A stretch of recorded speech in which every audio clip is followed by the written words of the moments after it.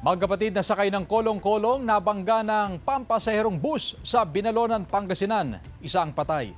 Nakalerto Jewel Fernandez.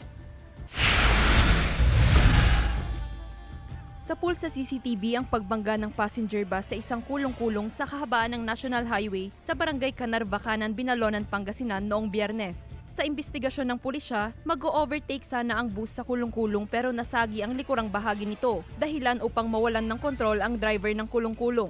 Sakay ng kulong-kulong ang dalawang magkapatid na galing sa slaughterhouse ng Binalonan at patungo sana sa pamilihang bayan upang i-deliver ang kanilang panindang karne. Idineklarang dead on arrival ang angkas habang critical naman ang kanyang nakababatang kapatid na siyang nagmaneho. Hindi naman nasaktan ang driver ng bus at kusang sumuko sa PNP. Nakapag-usap na po. Ito po, ayos ng ang usapan. Pero ito sa hindi pa dahil critical pa lang. Nasa ospital pa po.